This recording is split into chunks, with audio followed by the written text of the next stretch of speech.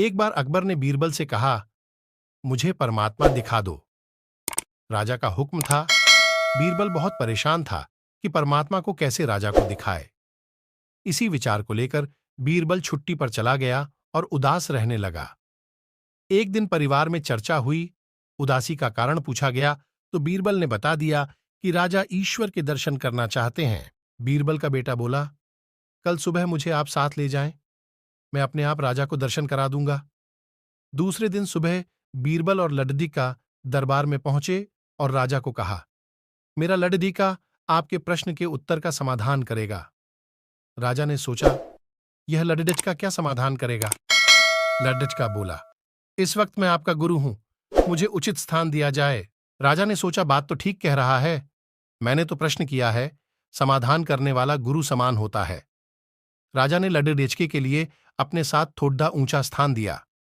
लडडेचका बोला, महाराज एक दूध का कटोरा मंगाओ। राजा ने दूध का कटोरा मंगाया। लडडेचका बोला, महाराज इस दूध में घी है। राजा बोला, हां है। लड्डका बोला, पहले मुझे आप उसका दर्शन कराओ।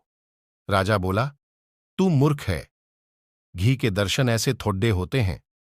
पहले दूध को गर्म करना पद्धता है, फिर उसकी दही जमाना पद्धता है, फिर उसको मघानी में रिद्धका जाता है, फिर मक्खन निकलता है, फिर उसे गर्म गर्म कढ़ाई में डाला जाता है, फिर उसकी मैल निकाली जाती है, तब जाकर घी के दर्शन होते हैं। ऐसे ही थोड़े दर्शन होते हैं। लड्ढका बोला, यही उत्तर है आपके प्रश्न का। पहले इंसान को तपना पद्धता है, फिर उसको जमना पद्धता है, फिर उसको साधना करनी पद्धति है, फिर उसको ज्ञान की अग्नि में तपना होता है, फिर उस ईश्वर के दर्शन होते हैं। अकबर समझ गया और बोला, तू वाकई ही मेरा गुरु है।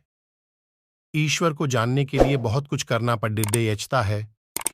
वैसे हर आत्मा में ईश्वर का अंश है और उसी को ईश्वर का रूप समझना चाहिए, तभी सुख की प्राप्ति होती है। यह भी संसार का एक नियम है।